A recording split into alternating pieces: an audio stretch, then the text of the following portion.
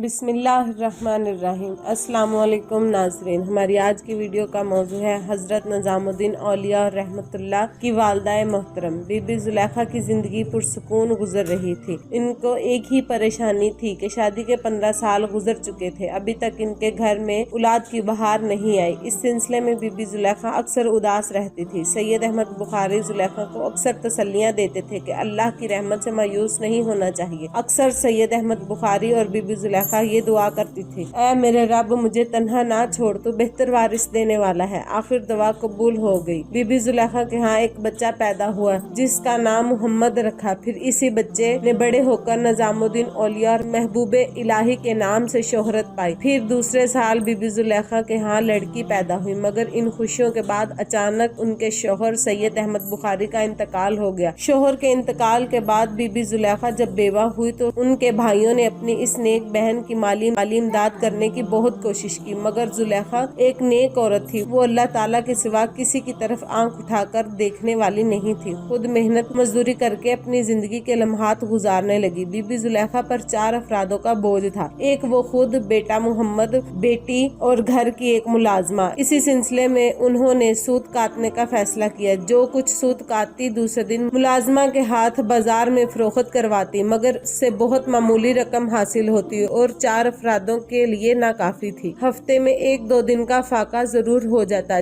जिस दिन फाका होता उस दिन बीबी ज़ुलेखा फरमाती, आज हम लोग अल्लाह के मेहमान हैं। शुरू में 9 उम्र फर्जंद अपनी वालदा की इस अरशाद का मतलब ना समझ सके, मगर बाद में इसी फाके में उसको ऐसी लज्जत महसूस होने लगी कि फिर जब खाने को मिलता तो हजरत निज़ामुद्दीन औलिया वालदा माजिदा से पूछते कि किस रोज अल्लाह के मेहमान बनेंगे। वालदा मोहतरम इनके जवाब में फरमाती हैं, बाबा निज़ामो, ये तो अल्लाह की मर्जी है, वो किसी का भी मोहताज नहीं होने देता। दुनिया की हर शय उसके कब्जे में है, वो जब भी चाहे तुम्हें अपना मेहमान बना लेगा। हजरत निज़ामुद्दीन औलिया अपनी वालदा माजिदा की जुबान से ये वजाहत सुनकर खामोश हो जाते हैं। फिर नहायत खुशी के आलम में दुआ मांगते हैं, ऐ अल्लाह, तो अपने बंदे को रोजाना अपना मेहमान बना लिया कर। हजरत निज़ामुद्दीन औलिया की वालदा का भी एक दिन इंतकाल हो गया। बीबी ज़ुलेखा अपने बेटे की तालीम के सिलसिले में दिल्ली आ गई। आकर बीबी ज़ुलेखा की तबीयत मुसलसल खराब हो रही थी और मर्ज रोज बरोज बढ़ता ही जा रहा था। बीबी ज़ुलेखा ने अपने बेटे निज़ामुद्दीन औलिया को इत्तला करवाई कि वो आज रात मेरे पास आ जाए। जब आए तो बीबी ज़ुलेखा ने फरमाया, मेरे पास बैठ जाओ। आखिरी वक्त में हजरत बीबी ज़ुलेखा की आंखों की बिनाई खत्म हो गई थी, उन्हें नजर आना खत्म हो गया था। जब निज़ामुद्दीन औलिया ने ये मंजर देखा तो इस हालत को देखकर वो बेताब हो गए और रो कर कहा,